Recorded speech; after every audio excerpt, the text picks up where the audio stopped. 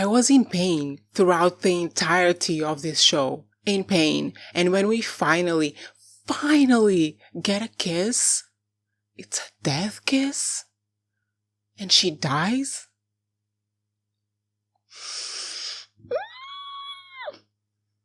Kill me now. Now, Agatha is not a good person. She's not a good person, and we know this. And I got the vibe that both Agatha and Wickham, oh my god, that's from Pride and Prejudice, Billy, that both Agatha and Billy were being set up to be villains. And this better not be true, because I will not have the only actual queer characters in the Marvel Cinematic Universe be villains. Be so for real right now, Marvel. But anyway, Agatha is not a good person. We know this. We knew it since the beginning. Agatha has not been a good person. However, we reached new lows. Agatha, you asshole. Baby girl, Agatha, that is not how you raise a child. You don't teach them to kill. Agatha. And now, more than ever, I just want to know what kind of life she had. Like, who raised her? I mean, we know who raised her. That psycho mother of hers who thought she was evil from the day she was born. But still, because, I mean, you can argue that after she had the baby, she kept killing witches every day so that Rio would be distracted by the witches and not come for her son, because the first night that she doesn't kill a witch, Rio comes for her son. You could argue that. But Agatha had been killing witches since way before having her son. That's how she met Rio, from all the dead people that they had in common. So this is what I need to know. And I mean, it was that bad. The way that Agatha was raised was that bad that she thought what she was teaching her kid was actually right. Like, she thought she was protecting him, so much so that she says the same thing to her kid as she says to Billy later. Like, she truly believed that what she was teaching him was protecting him, was helping him survive. And I mean, what kind of messed up life and childhood you have to be to have that kind of mentality? Not only to have that kind of mentality, but to not think that it's wrong to teach that to a child. This is what I keep saying. Agatha All Along is kind of a philosophical show. Like, and what I'm going to be talking about in this episode, the way that these two last episodes made me reflect on so much things. I don't even know if the writers of this show are aware of how philosophical and reflective and just damn smart the show. I mean, they must be aware of it. They did it on purpose. All I'm saying is, Marvel, please give me an origin story to Agatha. Give me a love story between Agatha and Rio. I'll pay. I'll pay for a TV show. I'll pay for a couple of movies. I'll pay. Just make it. Please. But I'm getting ahead of myself. Let's backtrack to the beginning of episode 8, which from the very beginning, I was in what? Say it with me. Pain. And I would be in pain for how long? Say it with me. The entire duration of the last 2 episodes. When we meet Alice and we see her meeting Lady Death, aka Rio, as I will refer to her because I prefer that name, immediately I'm in pain. Because what do you mean, she says, is this it? She finally has her shit together. She's finally broken the curse that has haunted her a whole life, and she doesn't get to enjoy it.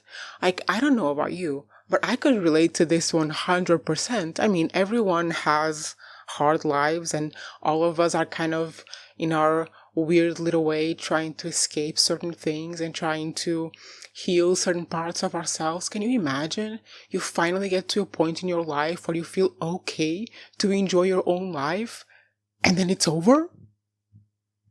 This is what I mean with this show is so philosophical. And this reaction by Alice comes as such a great contrast between the ending of episode 7, where we see Lilia. I'm so sorry for calling her Lillian in the last episode. Lilia. when we see Lilia going so willingly to her death, so happy and satisfied with finally understanding the purpose of her life. And then we get to the episode 8 and we see Alice in complete contrast to this, not ready to be gone, not ready to be dead.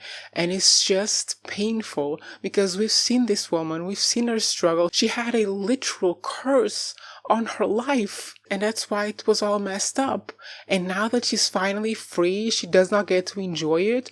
Kill me now. And this ending from Alice just reminded me of this one film called Nostalgia. Now, this is gonna sound pretentious as hell. It is not pretentious, I promise, but it's a Tarkovsky film from 83, I think. And I've only watched it once, so I probably didn't understand all of it, whatever, I don't care. But there's this one last scene of the film that is this man trying and failing to carry a candle from one side of this big old stony pool to the other side of the big old stony pool. He tries to carry it without the wind blowing it out, and he tries and fails, and he tries and fails, and then he tries and succeeds, and right after he succeeds and manages to carry this damn ass candle, tiny candle, it doesn't blow out in the wind. He carries it to the other side. And then he dies. And in my mind, this made me reflect a lot about this idea of life as an attempt to do something, an attempt to accomplish something, an attempt to be someone or be somewhere, and then you just try and you try and you try and you try, and when you finally get there, when you finally get what you want, it's when it's over. You know, like the cosmic joke that your entire life is the setup, that nothing seems to make sense. Everything is just setting up this gigantic, life-spanning cosmic joke. And then at the end, when you finally hear the punchline, when you finally die, it all makes sense. I think this relates a lot to Lilia's story arc and the way that she went willingly in the end. But it also relates to Alice's, because what if you try your whole life to do whatever it is that you have to do because you know what you want? She knew what she wanted. She wanted this damn curse off. And you try and you try and you try and you finally make it. And as soon as you make it and you're ready to enjoy it, it's over. That just killed me. It was, I think, this scene was not even 3 minutes into the episode 8, and I already died twice. What do you mean I'm having like philosophical reflections on life and death on every single episode of this show? What do you mean? Anyway, clearly I love Agatha All Along. I haven't rewatched season 2 of Loki because I think that's probably the most probable show to compete for my favorite TV show of the MCU, but right now it's Agatha All Along. No question. I need to watch Loki season 2 to see how I feel, but right now, Agatha All Along. After Alice and Lilia, Agatha gets another visit from Rio, and here we get the special treatment scene, which is what? Pain. Once again, pain. And it's in this scene where we get the final confirmation about how much Agatha cares for Billy. And this is why, at the end of the episode, when Agatha becomes an absolute asshole, she is an asshole, but when she betrays Billy, it hurts. You feel the punch of her betrayal because we know she cares for him. And this, I think, is one of the aspects that is most painful to me about Agatha. The fact that the only way she has managed to get Billy on her side and to get Billy to trust her is to genuinely care for him. She genuinely cares for him. So when she's betraying him, she's actually sacrificing something special to her. Just imagine how much pain and suffering you've had to go through in your life to be able to break your own heart, to betray a person that you genuinely care about just for the sake of survival. It's pain. pain only. I know what the thumbnail, I know what the thumbnail of this video is going to be. Pain. A dose of pain. A jar of pain. And in this conversation between Agatha and Rio, when Agatha says to Rio, because the truth was too awful. What do you mean because the truth was too awful? I know what do you mean. I know what she means. I mean, I think we all do. All of us have those like little corners of our lives that we just embellish a little bit because you don't want to talk about all your trauma to everyone else. So just embellish the story, or you make it something different so it hurts less. I just know. I'm completely convinced. I have no idea who wrote this show. Like, I'm not looking for those details like that. But I'm convinced that the person who wrote the line, "What is grief, if not love persevering," is the same person who wrote this whole show. Convinced.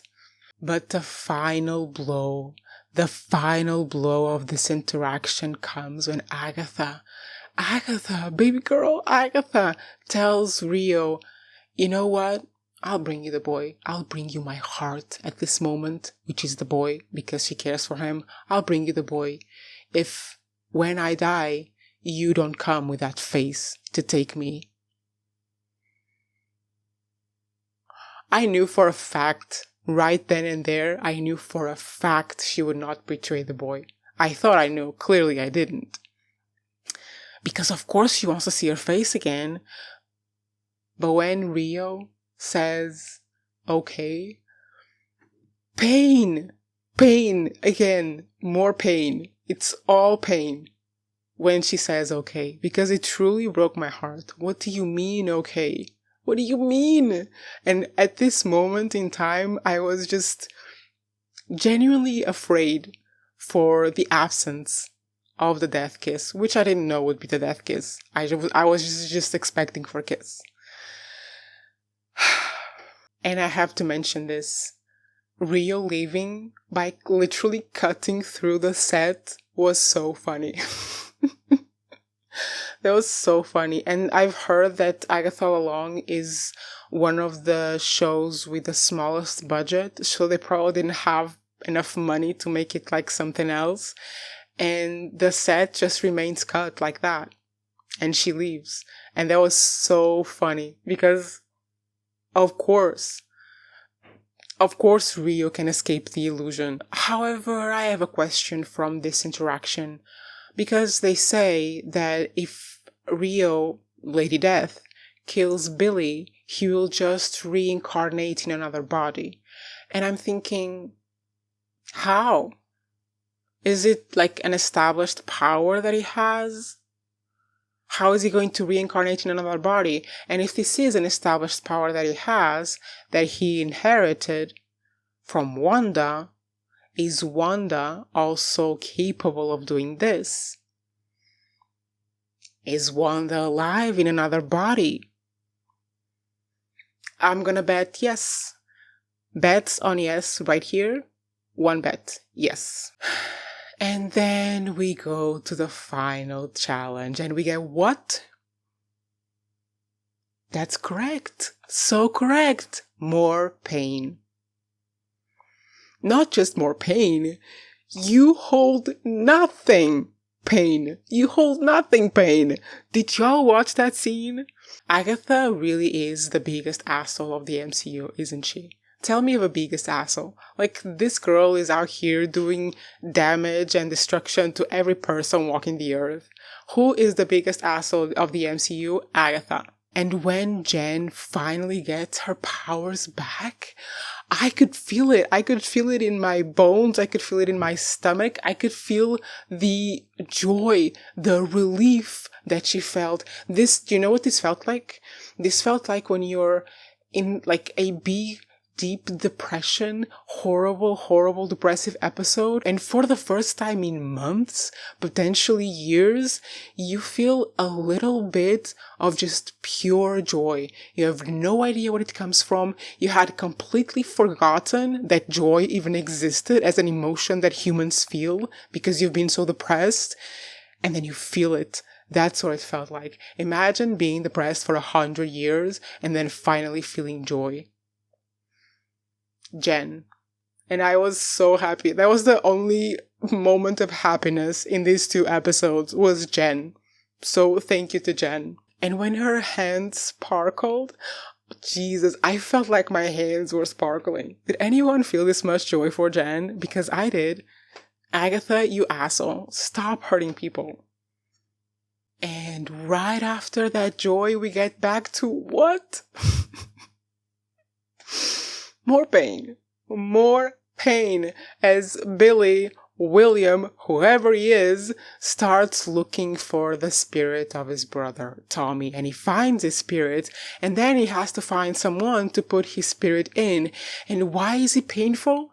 Why? Because this boy, Billy, is thinking that he's killing someone else so that his brother may live, and he says, and I quote, "Agatha, am I killing this boy so my brother can live?" And then the spirit of Tommy goes into the body, Billy disappears from the road, and Agatha only answers him after he leaves, and he never hears what Agatha says. Because Agatha says, "No, Billy, sometimes boys die." And it's painful because he never hears it, so he still thinks that maybe he did kill someone for his brother to live. And 2, it's painful because Agatha said it, and we know that Nikki is dead. And we already can assume that nothing bad happened, he just died. And when she says that, "No, Billy, sometimes boys die." I was done. I was done and gone. Please kill me and bury me underground. And then even more pain. When in episode 9 we find out what happened to poor little Nikki. The MCU writers are really just sadistic, aren't they? Sadistic people who want us to suffer. Sadistic MCU writers. I see you. So, and by this point, both Jen and Billy are out of the challenge, but Agatha is running out of time. So, in a desperate last moment, she looks into the locket where there's a mesh of hair of Nikki's, and she picks it up to sniff it to remind herself of her boy. And behind it is a little tiny seed. So Agatha takes the seed, puts some water on it with her tears, which was just kill me, and plants it on the ground that just broke after Billy left, so there's some earth. She plants it there, a flower grows, she passes the challenge, and then she's off. The little tiny seed from when she put the hair there, when her boy was still alive like 400 years ago, with her tear. And of course, then we get to the big battle. And let me tell you, evil lesbians are so unhinged. I love it. Love it. It was so much fun. Both of their laughs, their evil laughs, were so perfect. Rio doing her evil laugh, and the way the way that Aubrey Plaza playing Lady Death, the lesbian natural witch, on Agatha All Along, said, "I am the natural order of all things, baby. And in the hair, please take me. Please." But I have a question, which is, how in the world did Lilia know about the coward hit the deck thing? Because in episode 7, when we're watching how she knows all of this stuff, is because she experiences time non-linearly. So she might experience certain events in the future before she experiences the one in the past. So she already knows what's going to happen and can inform the past about it. But wouldn't that imply that for her to know about the coward thing, she had to be there? Where is Lilia? And how could this have happened? Someone, please, I keep asking for the MCU hardcore fans. Please explain it to me. I think one of my commenters, actually, if you're watching this, shout out to you. I'll put a comment here so everyone knows who you are. I think you are a die-hard Marvel fan because you always know everything. What do you think? Is she there? Is she a ghost? How did she know about the coward thing? And this is the moment where my faith in Agatha had been restored because Billy attacked her and she didn't keep all the powers to herself. She stopped it before she could do that. And I thought, okay, Agatha, I see. You care for the boy. You might be an asshole to everyone else, but you care for the boy because he reminds you of your son. I see you actually have some good qualities in you. I see. And then this asshole, Agatha, you can be an asshole sometimes. You're an asshole, okay? Take it. This asshole just gives the boy. She gives the boy to Rio. It's like, here, have him. And I was like, Agatha, come on, girl, pull it together. But she doesn't pull it together. And what does? Billy, being a smart ass kid, because he observed where her weakness was. He knew what stopped her, Nicholas' scratch. So he used that, because that's the only thing that would ever convince her to do something good. It's her son. That's the only good thing she had in her life, or at least she felt she had in her life.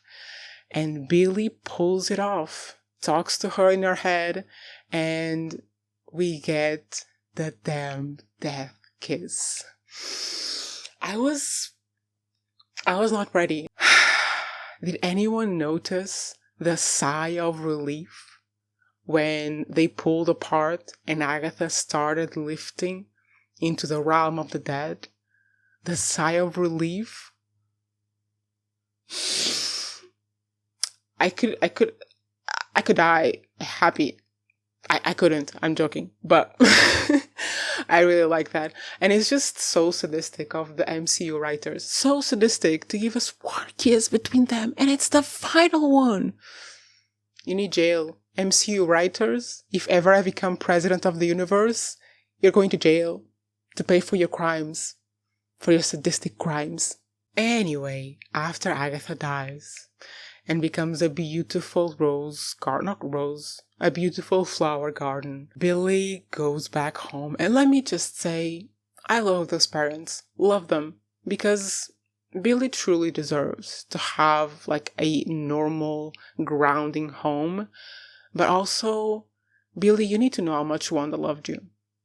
Truthfully, you need to know. Like, the lengths that women went through to try to find you.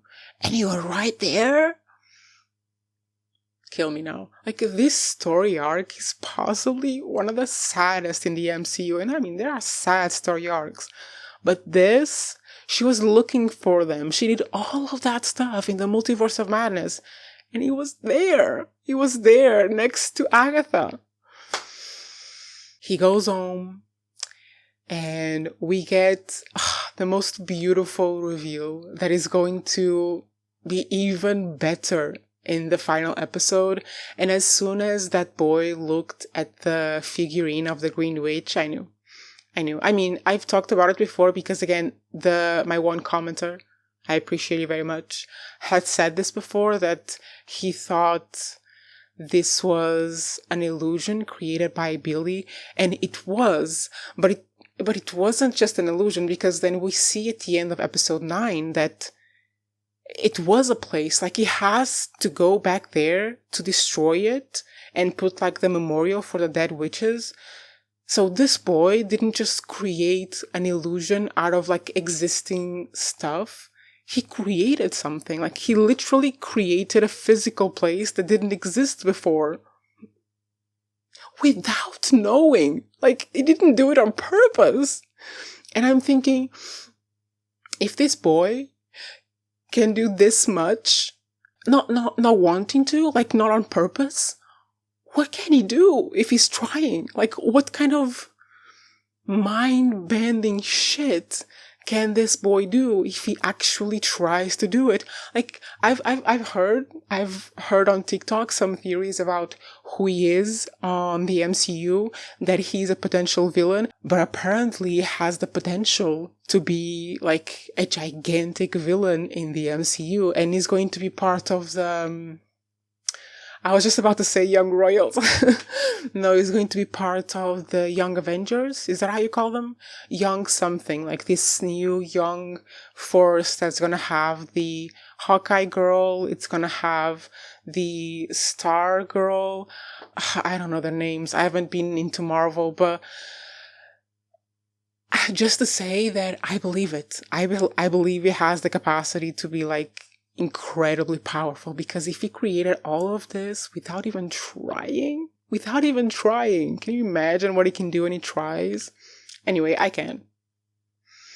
I just have to say this, like, I haven't been in a Marvel mood for a long time, and this show has single-handedly like reignited the spark of Marvel for me, because I don't know, there's a lot of criticism of the MCU as being a way to promote like imperialistic and military propaganda, which I can see, but at the same time, it's such an in-depth world. There are so many stories that are so beautifully told. Like, I hate it when people say that the MCU is only entertainment, because there are genuine stories. I mean, this story is amazing.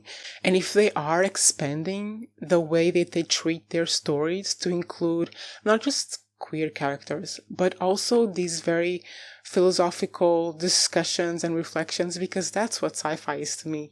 If they're going that route, and if they're going to continue this to the future projects, I might be going back to Marvel.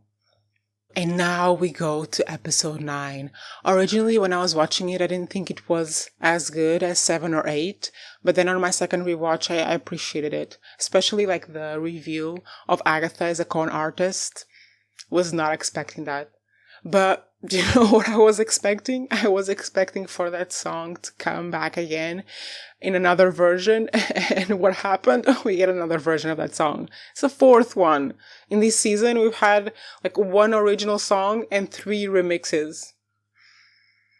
Tell me Marvel does not know what they're doing.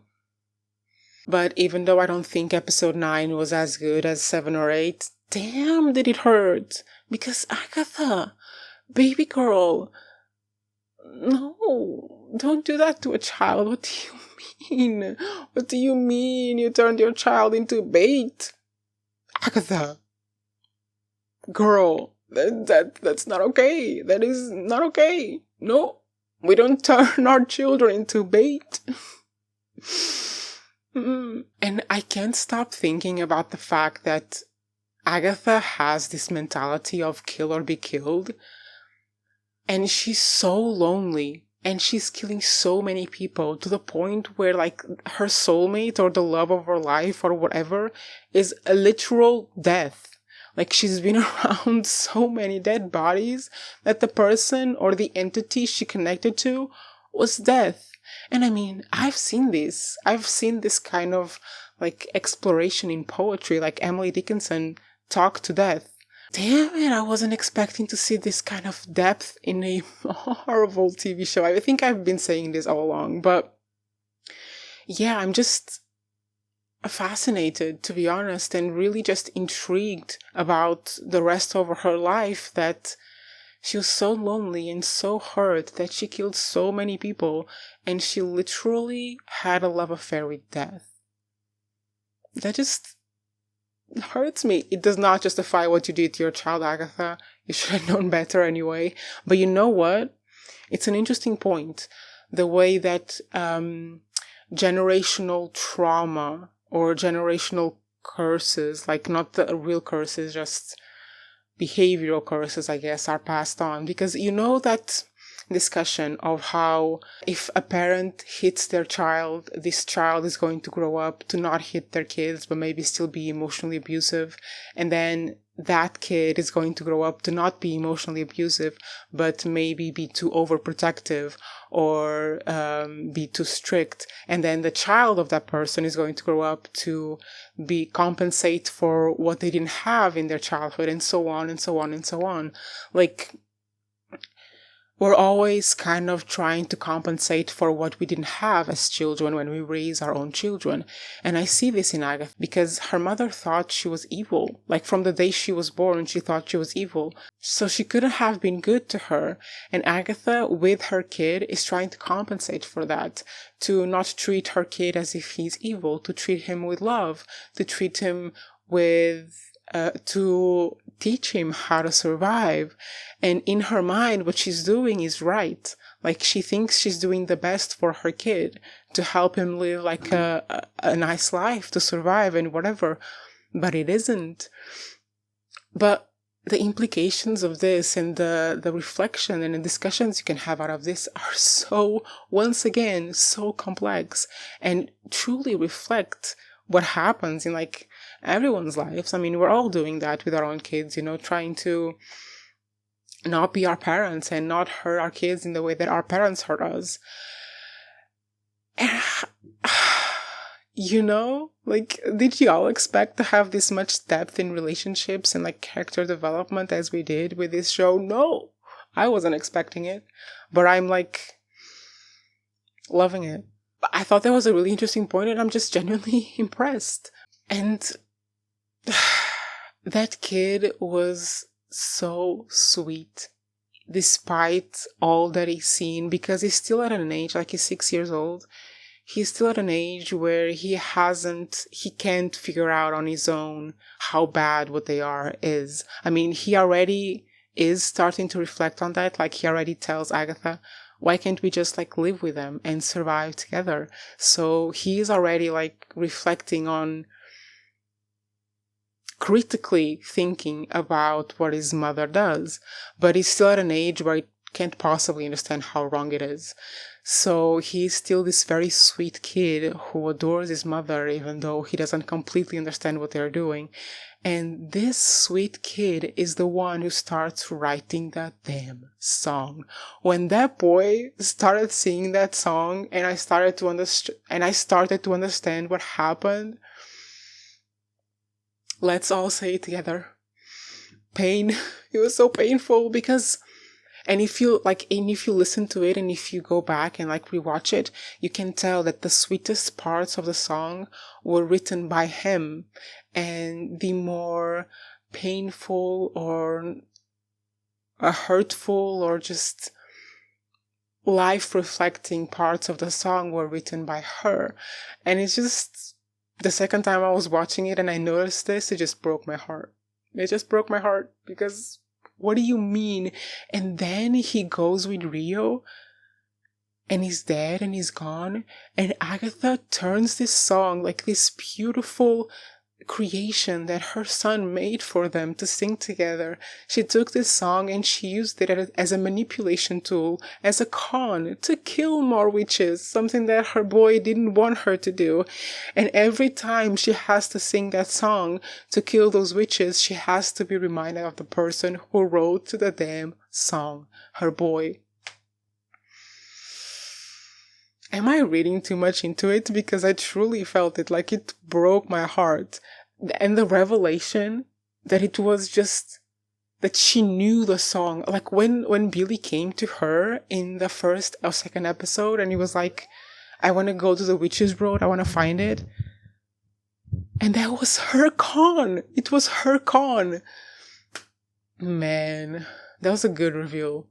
And by the way, just to mention this, this was a well-made show. Like the detail of Rio before taking the kid, telling him, no, kiss your mom goodbye. I'm sorry, they didn't have to do that. That's attention to detail, to character, because there's no doubt in my mind that Rio cares about Agatha, and Agatha cares about Rio. And Agatha doesn't know about this. She doesn't know that her boy kissed her goodbye. But it just shows how much Rio cares about her. Kiss your mother goodbye? Jesus. But listen, Ghost Agatha? It's not it. No. I didn't enjoy that. I mean, hello, Evolution Emily Prentice. But well, at the end, Miss Jen flies away happy with her magic, and Agatha and Billy go out there to try to find Tommy. And in my mind, I'm thinking, there is no way Agatha is a ghost. Are ghosts canon in the MCU? I'm so out of it. Is she actually a ghost, or is this just another illusion from his head? Because he doesn't actually have any, like, father or mother figures. I mean, he has his parents, but what do they know about his world, you know? So maybe he just needs, like, a motherly figure in the world of magicians and superheroes, and it's just an illusion from his head? Is it? Can anyone confirm that? Because I've seen comics on TikTok where she actually appears as a ghost in the comics. So... But the look was not it. Agatha was a lady made to be alive. And my final question is, what happens when Rio comes for you? Does she only come for witches? Or does she come for everyone who dies? And where does she take them? Is there like an afterlife in the MCU? Because Agatha seems to be afraid to go into the light because she doesn't want to face her son. Does this mean that every character who has died is in this afterlife? They better, you know where I'm going with this, they better not bring back Tony. I know RDJ is coming back as the villain, what's his name, Dr. Doom. They better not bring back Tony Stark in any form. I cried so hard when he died. Like, I was in the cinema, surrounded by friends, and we were all sobbing. That man better stay dead. Because I've mourned him. It's mourned. And you are warned. I'm so bad with these dad jokes. Anyway. See you... Saturday. With what? No, this comes on Saturday. See you Tuesday. Oh, I think it's Tuesday that I'm putting out a list of kind of horror freaky movies to watch. I know Halloween is past, but I don't really care much about that. But this is the right season because this is storm, like this is thunderstorm season, and it's the perfect season to watch something freaky. And the way that I like my horror movies, it's not like Scream or Saw, that kind of stuff. I like horror movies with conversation behind them, where you have to reflect about these things, and I have a nice list for you, and it's coming Tuesday. And you're gonna love it. If you liked the What Excellent Boiled Potatoes for the sense of the order in the list, you're gonna love this one. You're gonna bring out the popcorn and the blanket and wait for that thunderstorm, and you will be freaked